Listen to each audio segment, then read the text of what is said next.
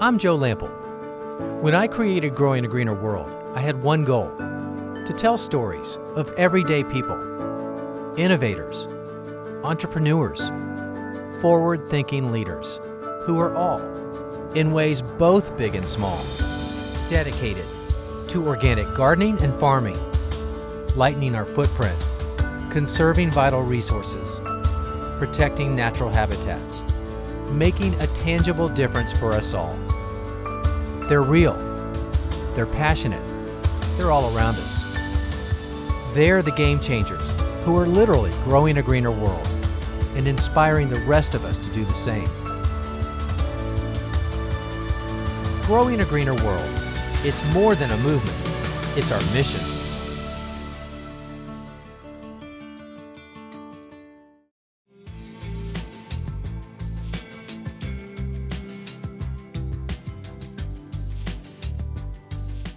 Thanks to more interest in taking care of the health of our planet and ourselves, the term organic is becoming a lot more popular and even chic in many cases. Consumers are waking up to the potential hazards of using synthetic chemicals to quickly grow that perfect-looking vegetable or plant. Unfortunately, the impact to our environment and our health is now more clearly understood, and those consequences have us taking a second look at how we farm and garden, and even at the decisions we make in our everyday lives. For the Rodale family in rural Pennsylvania, the writing was already on the wall back in the early 40s. One man's devotion to organic agriculture and healthy living has evolved into the world's leading multimedia company with a focus on his dedication to restoring a healthy planet. Almost 70 years later, granddaughter and CEO Maria Rodale, along with her daughter Maya, are working harder than ever to advance that mission. Well, when my grandfather, J.I. Rodale, came up with the organic idea in America, he was really concerned about his health. He had a lot of personal health issues, and he just fundamentally believed that not only the food he ate, but how that food was grown could have a major impact on his health. And there was a number of people in England at the time who were talking about this, and he read a lot of books from people in England and brought that idea here and launched Organic Gardening magazine in 1942. In 1946, he started the Rodale Institute. And the reason he started the Institute was because at the time, scientists and academia were so enthralled with chemicals and science that he knew he had to start doing research and proving that organic was a viable solution for our future. In my grandfather's time, 60 years ago, 70 years ago, there was no thing like Whole Foods. Organic wasn't even a government-regulated label. It was just an idea. And if you look at it over time, we have made amazing progress. And the fact is, now, most of the scientific research that's independent is coming out against chemicals, against genetically modified organisms, and the health effects of those chemicals is devastating. So I feel like we're right on the cusp of a huge change, but it's going to take all of us uniting together to demand that change. It's also important to know why it's important to do that. And to me, looking at all the scientific research that's out there, the number one reason why it's important to demand organic and to make that change in our lives is because of our health and the health of our children. So it's really important that we start getting that information out to people so that they know that the choice they're making is the right choice for all of our futures. We have to talk to our congressmen, we have to buy organic food, we have to get involved in our local communities and make change wherever we go. I really believe we all need to vote with our dollars. Every dollar we spend sends a message to both the companies that create the products and the government that looks at where we spend our money. And when we vote with our dollars, we're creating change. So every dollar you spend really matters.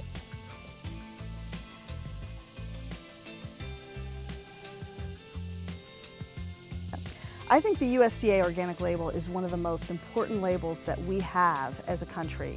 It took 20 years to develop, and while it's under pressure from companies to soften the regulations, it's under just as much pressure from people in the organic community who want to say, oh, local is better than organic, or, I'm beyond organic.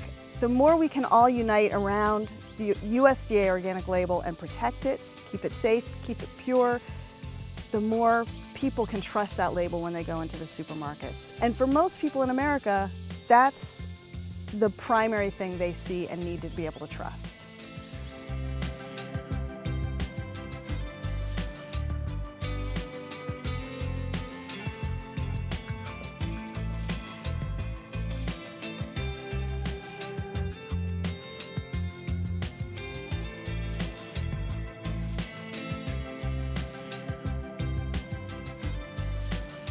Maria, third generation Rodale, all this emphasis all your life on sustainable agriculture, organic living, healthy, everything.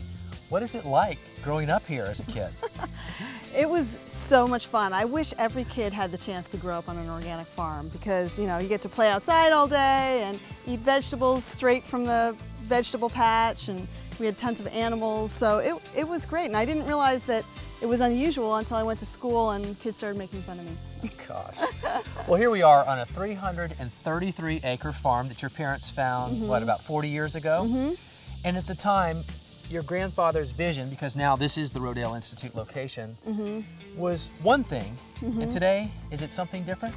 Yeah, when he started, it was really about creating an example of what an organic farm could be and how it could work, and you know, inviting people to come and see it. When my father took over, it was really about doing the scientific research that proves that organic is viable, profitable, and better for people in the environment.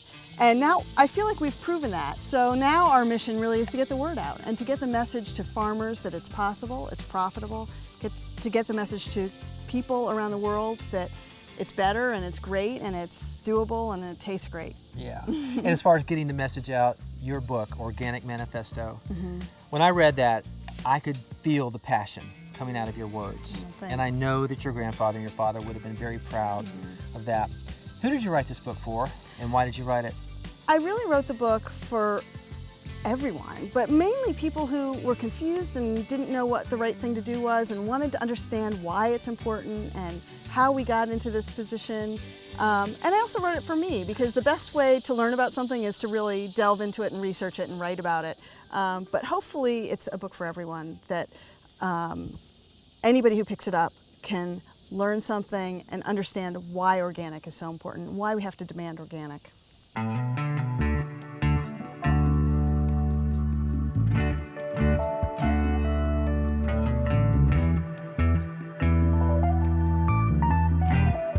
As a family affair, immersing the next generation into the culture is serious business. It starts at the bottom, and family members work their way up. Maya Rodale is Generation 4 and daughter of Maria. She's been engrossed in the company her entire life and actively involved in its leadership today. Maya, these beds behind us represent part of the farming systems trials that was started by your grandfather, what, in 1981? That's right. And he wanted to show scientifically the importance of organic gardening. But here we are, you know, like 30 years later, and it's every bit as important now as it was back then, isn't it?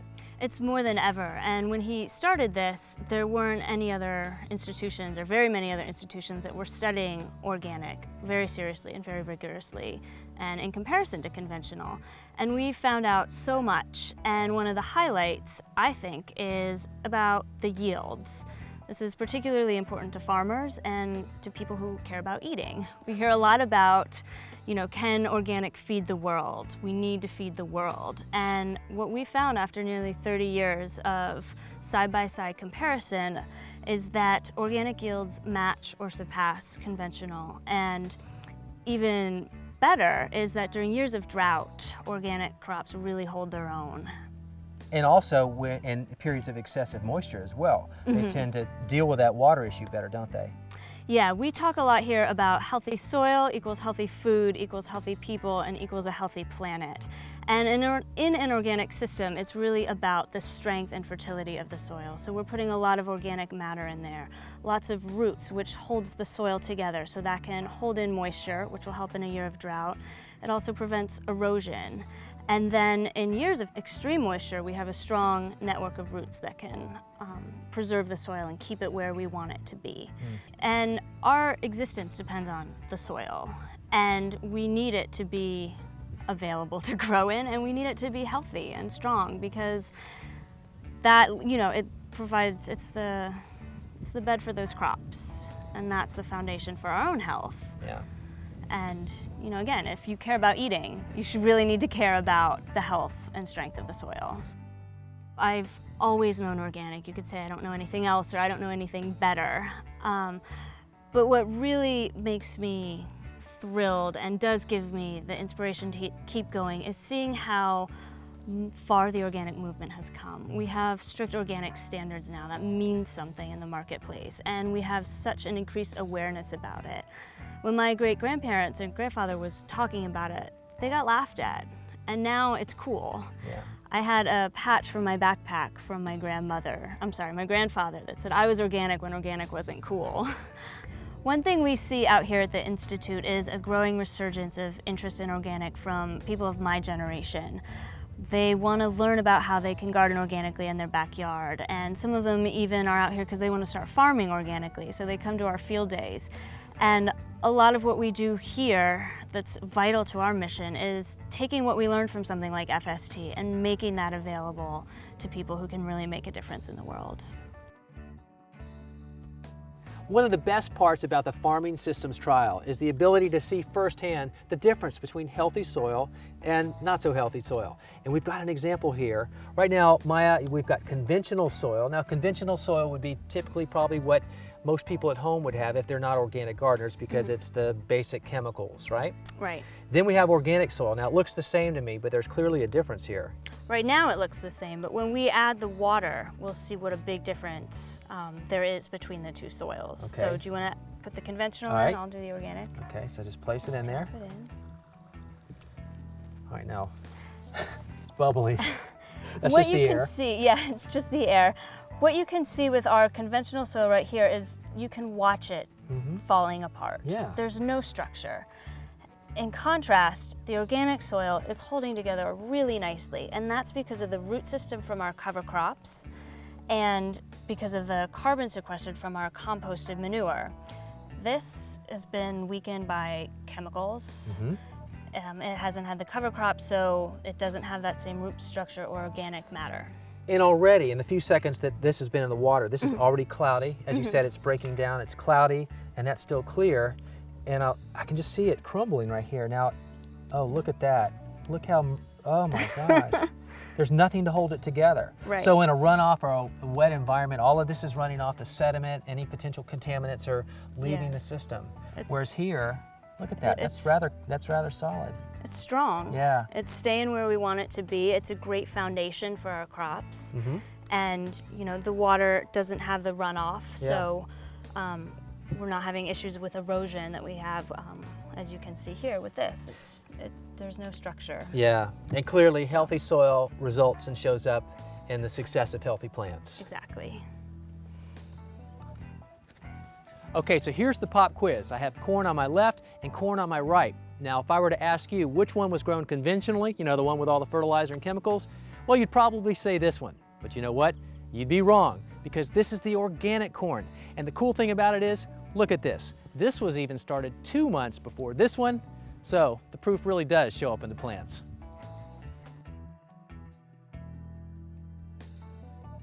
So Maya, over 60 years now of researching organic farming and gardening methods. You kind of think maybe by now you knew it all, but I know you haven't. What's next? We do feel that we've shown so many benefits of organic in comparison to conventional, and now we're studying how we can refine those organic methods even further. And the fact of the matter is most farmland in America is still conventionally produced, and we have a lot of acres left to transition. Yeah, and then that information can apply on a smaller scale to the home gardener. Absolutely. What do you think that your great-grandfather would say to you if he were here right now? I think he would be so darn proud to see how far the organic movement has come, and I think he'd be so thrilled that his family is carrying that legacy on, and that all the people that have believed in it and made this possible. Yeah. What would you say to him? I would say thank you. He really pioneered organics, and you know, he was ridiculed. It was a battle, and he made a great difference in this world, and I think it's an honor to be able to carry on that legacy. And it's a big responsibility, isn't it? Yes. but it's an important job. Someone's got to do it.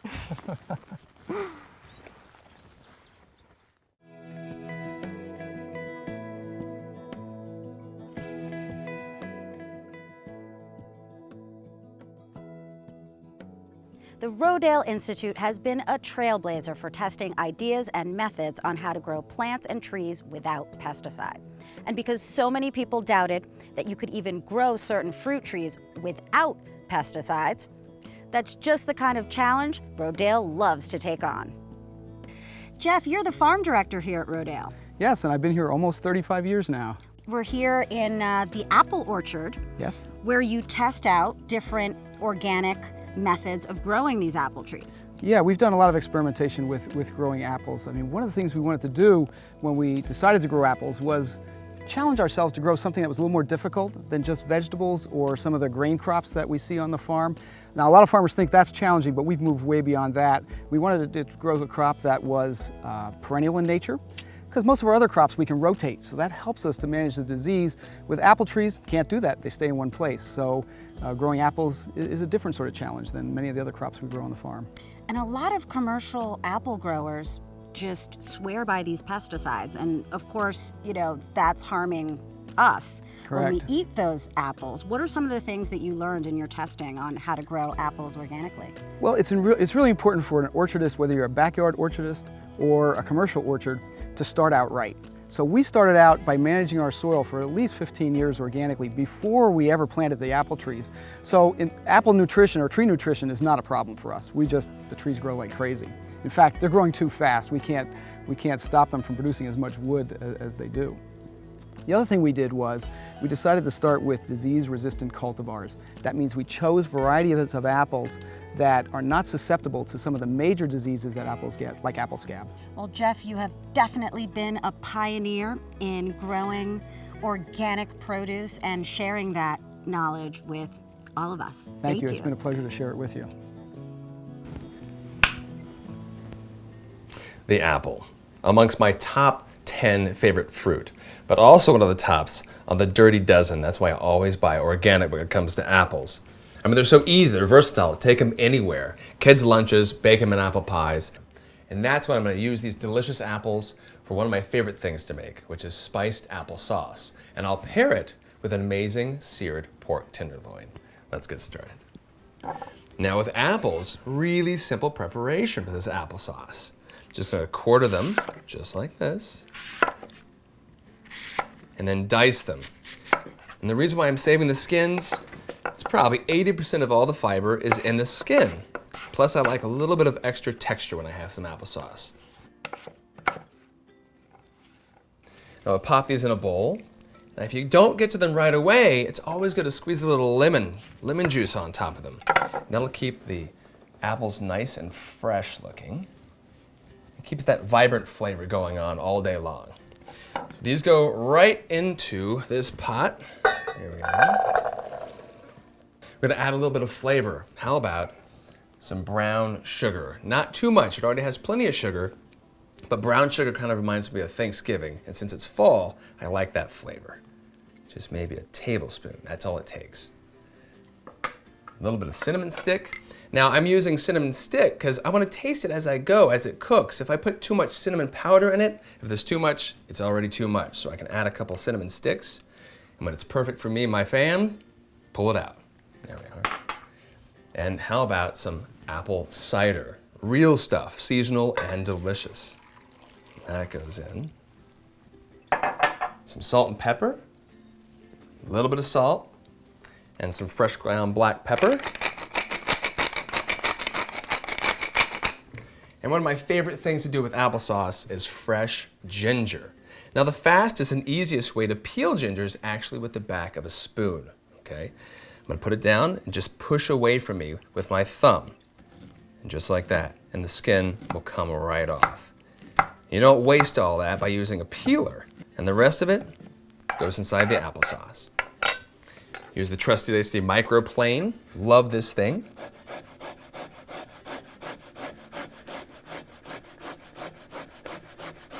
There we are. Look how much came out, just like that, nice and fresh. And that goes in there too. Pop a lid on there, and I would say medium heat for about 15 minutes, and we'll just mash it up and we're ready to go. All right, so the applesauce is well underway. Now we're onto that delicious pork tenderloin. So to spice things up, a little bit of salt and pepper, just like normal. Everything needs a little bit of seasoning. And cumin, powdered cumin is amazing. Just a little bit of powdered cumin. It's like smoky and sweet, and it's gonna pair perfectly with the spiced applesauce. And in it goes. That is the sound that I love. Now I'm gonna let this sit for about a minute.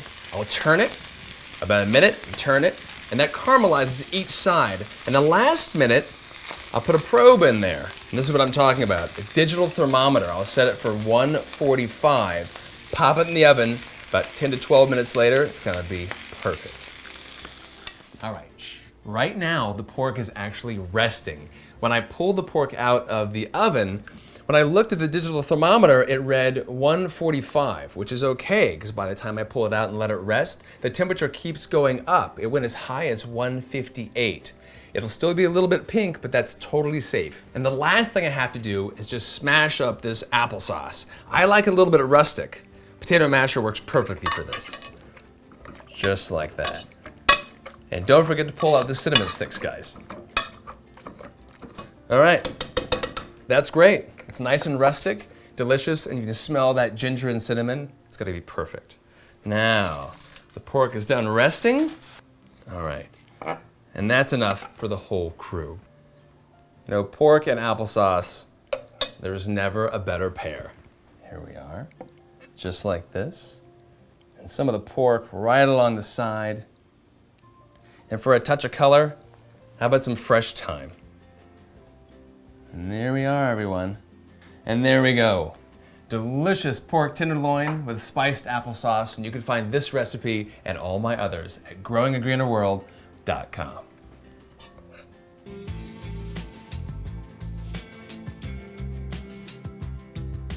Thanks to the Rodale Institute and vision of J.I. Rodale decades ago, along with the current leadership of Maria and Maya Rodale and their family, educating generations on making healthy choices for the food we grow and eat is saving lives and helping to heal our planet.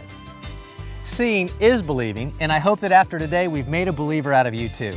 You really can grow a greener world without all the chemicals. And in the words of Robert Rodale, healthy soil equals healthy food equals healthy people.